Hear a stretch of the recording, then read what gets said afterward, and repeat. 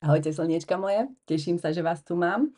A dnešnou témou je veľmi populárna téma, ktorá v dnešnej dobe je všade. Sme ňou bombardovaní, či už vo filmoch, či už vo videoklipoch, kdekoľvek je sexualita. Sexualita je výborná vec, keď človek vie, ako s ňou zachádzať, pretože keby sme vedeli, akú silu má naša sexualita a akú silu má naša sexuálna energia, tak by sme s ňou vôbec neplýtvali takým spôsobom, akým to robíme, a tak by sme určite sa nerozdávali ako kusy koláčov len tak niekam, lebo máme chuť.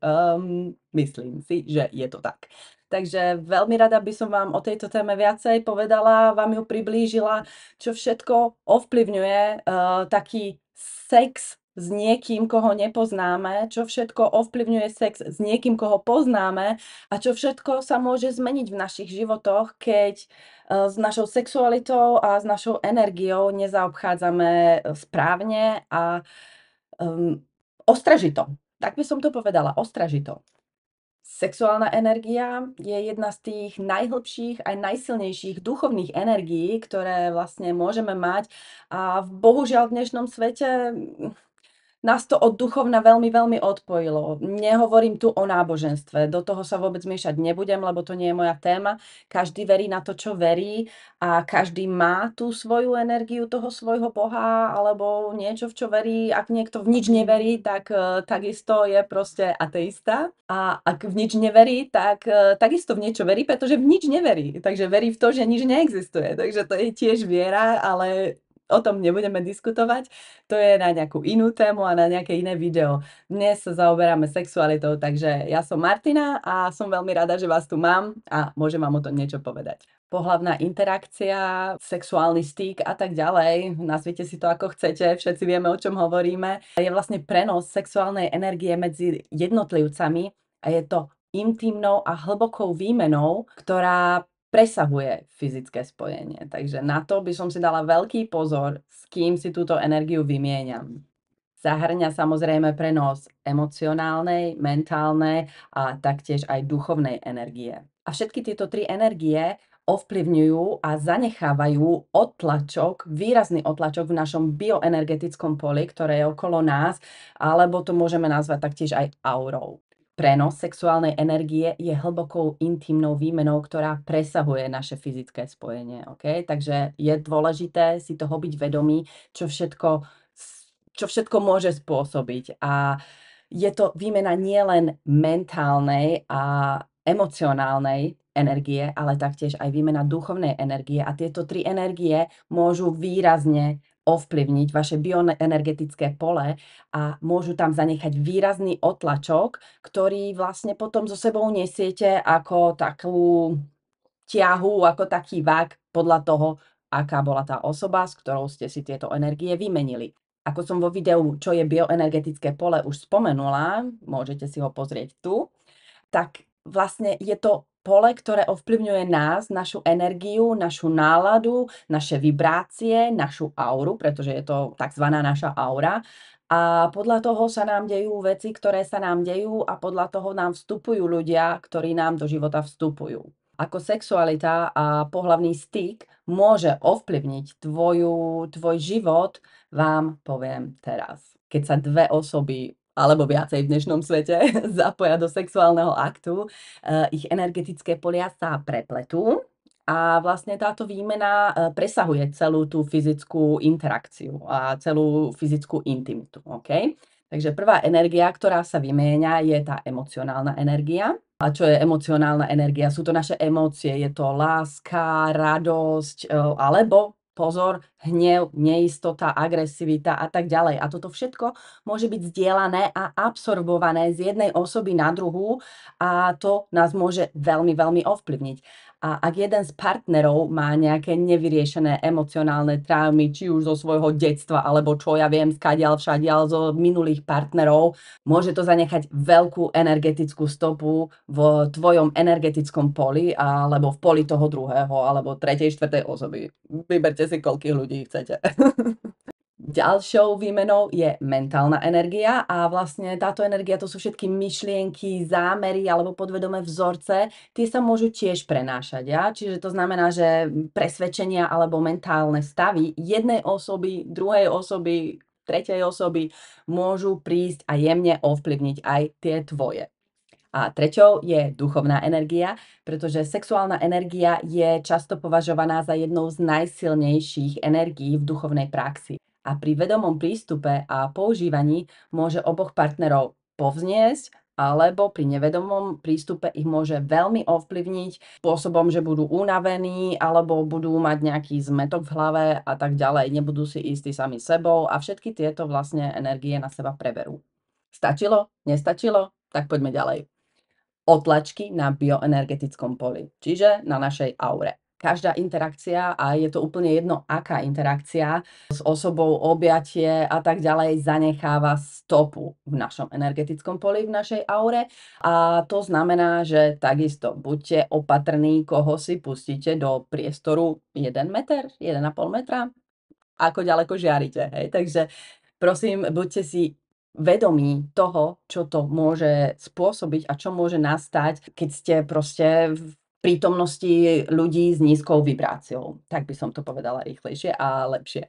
Sexuálna energia je strašne silná a je spojená s našou sakrálnou čakrou, ktorá súvisí s kreativitou, emóciami a vzťahmi a práve preto vytvára hĺbší a trvalejší otlačok v našom energetickom poli a v našich čakrách. Pri pohlavnom styku vzniká energetická rezonancia. A ak je táto energetická výmena harmonická a láskyplná, založená na láske, môže zlepšiť vašu vitalitu, rovnováhu, náladu a všetko ostatné. Ale ak však táto výmena je založená na strachu, na manipulácii alebo na hneve a negatívnych, nízkych emócií, tak môže vytvoriť bloky vo vašom energetickom poli a tým pádom vám celé všetko narúša. Ďalšou veľmi dôležitou vecou je vedieť, čo spôsobuje sexualita a prečo si vyberať sexuálnych partnerov, a to sú ďalej energetické väzby, pretože pri každom pohlavnom styku sa vymieňajú energie. Áno, a táto sexuálna intimita vytvára energetické väzby, prepojenia, spojenia partnerov a medzi partnermi, a tieto väzby, verte, neverte, pretvárajú nás všetkých, pretože zostávajú v našom energetickom poli. Tieto väzby nás ovplyvňujú našu náladu, ovplyvňujú naše myšlienky a taktiež aj emócie, takže je veľmi dôležité vedieť, s kým sa spájať. Ja to poviem asi po každom, pretože je to tak dôležité. OK, ideme na ďalšie a to je zmena energetickej štruktúry. A čo vlastne znamená zmena energetickej štruktúry? Je to napríklad, že v niektorých duchovných tradíciách tvrdia, že opakované sexuálne interakcie s konkrétnymi osobami môžu ovplyvniť vašu energetickú štruktúru, čím vlastne jemne ovplyvňujú aj vašu energetickú signatúru a tým aj emocionálne vzorce a to najdôležitejšie, vašu životnú cestu. Čiže ak ešte teraz to nedošlo, mám ďalšie tipy, ale je strašne dôležité, aby ste vedeli, s kým si vymieňate svoje energie. V závislosti od kvality výmeny sexuálnej energie môžete zažiť rôzne emócie a pocity. Od pozitívnych po negatívne. Čiže, ktoré sú tie pozitívne? Napríklad sebaistota a posilnenie. Keď je energetická výmena zdravá, môžete zvýšiť svoje sebavedomie a taktiež aj svoju vitalitu. Môžete cítiť skutočné spojenie, ktoré vás naplňa eufóriou, otvára vám srdce a cítite sa plný lásky.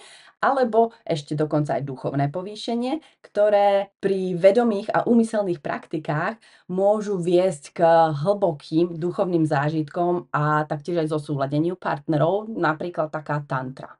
Ale pozor, ak sú tieto energie a styky nevyvážené, tak môžete prejsť do úzkosti alebo nepokoja, čo znamená, že energia partnera, ktorý má nevyriešené traumy, či už z detstva alebo zo svojich predošlých vzťahov, sa môže dokonca prejaviť v tvojom energetickom poli, čo vedie k tvojmu nepohodliu a cítiš sa, ako keby si nebol doma, nebol vo svojej koži. Poznáme ten pocit. Alebo napríklad emočný zmätok, čo znamená absorbovanie protichodných alebo ťažkých emócií, ktoré nás zanechajú neuzemnených alebo preťažených. Proste nie sme u seba, nie sme tu. A to ešte nie je všetko, pretože môžeme sa cítiť unavený alebo vyčerpaný a to je v prípade, ak je táto výmena jednostranná, hej, ak je nevyvážená a to znamená, že sa môžeme cítiť odpojení od svojho vlastného zdroja energie, pretože tá druhá osoba nám vlastne ten náš zdroj berie. Stalo sa mi. OK, nechcela som z tohto spraviť žiaden horor, ale dúfam, že vám to došlo. Dúfam, že ste si vedomí toho, že čo všetko môže ovplyvniť taký styk s neznámou osobou, o ktorej neviete veľa a ktorá možno, že má za sebou vraždu, týranie, čo ja viem, čo všetko. Naozaj, nejdem do detailov a nechcem vás strašiť. Ďalšou dôležitou vecou je, aby ste vedeli, že taký sexuálny styk má dĺžku svojho pôsobenia v našom bioenergetickom poli a otlačok tej inej osoby nesieme až 7 rokov. 7 rokov, 7 rokov. Za 7 rokov koľko ľudí prešlo tvojimi rukami, nohami a tak ďalej. Pardon, ale chcem, aby ste si toho boli vedomí, hej. Čiže koľko energií ste na seba nasali, koľkým ľuďom ste dali svoju výbornú energiu a vy sa cítite ako vyžmýkané húbky, hej. Takže prosím, buďte si toho vedomí. A teraz, aby ste vedeli, ako si môžete svoju energiu šetriť, spravovať a chrániť, tak vám poviem zo pár tipov na udržanie integrity tvojho bioenergetického poľa a na to, aby si sa chránil pred nežiaducimi otlačkami, sú tu následujúce praktiky. Prvá, nastav si zámer. Zámer je dôležitý. A čo to znamená nastaviť si zámer? To znamená, že vstupuješ do sexuálnych skúseností s jasnosťou a s danými hranicami ohľadne svojich emócií a ohľadne toho, čo od partnera potrebuješ a nie je to sex. Druhým je energetické čistenie. Pravidelne si čisti svoje energetické pole pomocou rôznych techník, ako je napríklad čalvia, palo santo, zvuková terapia alebo vizualizácia. Taktiež na to existujú aj meditácie alebo vyhľadať nejakého šamana. Ja to robím, ako to robím ja to robím väčšinou so šalviou alebo palo santo, ktoré tu momentálne nemám, ale už som ho dnes ráno používala. Takže to je výborná technika na to, ako odstrániť zo svojho pola, zo svojho bytu, domu nežiaduce energie. Ďalším a veľmi dôležitým bodom je hlavne po ukončení nejakého vzťahu, aj dlhoročného vzťahu, kde ste mali pravidelné sexuálne akty a styky a je to prerušenie energetických väzieb. To znamená cut. Nechcem ťa vo svojom bioenergetickom poli, ako veľmi ťa rada mám, ale tvoje myšlienky, tvoje pocity môžem ešte stále cítiť a nerobí mi to dobre. Čiže proste sa odrezať. Odrezať sa od tohto človeka, keď sa chcete cítiť sami sebou, áno. A praktizuje sa to väčšinou meditáciou, alebo si môžete vyhľadať aj nejakú pomoc na to, aby vás odpojili a aby ste vlastne už nemali vo svojom energetickom poli tú osobu. Ale musíte to chcieť sami, áno, pretože keď to nechcete, ste stále hlavou niekde u tej ďalšej osoby, ktorá vám vlastne ani nerobí dobre, tak tým spôsobom to nebude fungovať. Áno, môžeme vás 1000-krát odpojiť od seba, ale vy ste stále hlavou tam, takže to znamená, privolávate si tú osobu do života, privolávate si jej pocity a tak ďalej. Takže cut, odrezať sa a ísť ďalej svojou cestou, čistiť sa. A keď ste už osobu dostali zo svojho pola, keď ste si už istí tým, že naozaj chcete byť oddelení a nechcete ju tam mať, tak príde uzemnenie a to uzemnenie sa dá spraviť úplne easy, úplne jednoducho. Prejsť sa niekam do prírody, do lesa, uzemniť sa, spojiť sa s matkou zemou, Pachamama a vlastne tým spôsobom byť tu. Byť si vedomý, som ja, moje bioenergetické pole a čo v ňom všetko mám. OK? A po uzemnení, keď sa už uzemníte úplne, tak nastane vyvažovanie čakier, čo je tiež dôležité. Neviem, či ste už o čakrách počuli, máme ich 7 v našom tele a potom to ide ďalej hore, takže informácie nájdete na YouTube, všade možne, alebo u mňa, kľudne ma kontaktujte, môžeme si dať nejaký bližší telefonát alebo rozhovor a vlastne je dôležité tú sakrálnu čakru, cez ktorú absorbujete všetky tieto energie do seba, je dôležité čistiť si ju a udržiavať ju zdravú a vitálnu. Čiže stále proste sa pekne čistiť a vedieť, čo spôsobuje sexuálna energia. Takže tým, že si budeš vedome pestovať uvedomenie o energetickej dynamike sexuálnych interakcií, môžeš chrániť svoje energetické pole, môžeš podporovať zmysluplné spojenia, áno, veľmi dôležité, zmysluplné spojenia a zabezpečiť, že otlačky, ktoré zostanú v tvojej energetickej štruktúre, ťa posilnia namiesto toho, aby ťa obmedzovali, spôsobovali bloky, nejakým spôsobom ťa unavovali, alebo by si schudol. Dúfam, že som vám mohla týmto zopár vecí objasniť, zmeniť pohľad na dnešný svet, ktorý je naozaj plný sexuality, či už chcenej, či už nechcenej, sme ňou bombardovaní subtilne, čo je na tomto najhoršie, že si toho nie sme vedomí. A preto vás prosím, zamyslite sa nad celým týmto možným svetom a nenechajte sa ovplyvniť svojimi nižšími potrebami, pretože dôležitá info ešte z mojej strany, potiaľto sme všetci reptiloidi, áno? Keď ideme do tých prvých 3 čakier, tak vlastne sme reptiloidi, pretože nemyslíme, sme riadení našimi nižšími pudmi, ale ako náhle vyjdeme od srdca hore, naše 4 čakry a potom tie ďalšie použijeme, musím povedať, že váš život sa zmení. Nebudete reptiloidi, budete riadení láskou, budete riadení svojou energiou a nebudete sa zaoberať nejakými hlúposťami, ale sebou samým a vlastným rozvojom. Dúfam, že som vám pomohla. Do skorého videnia.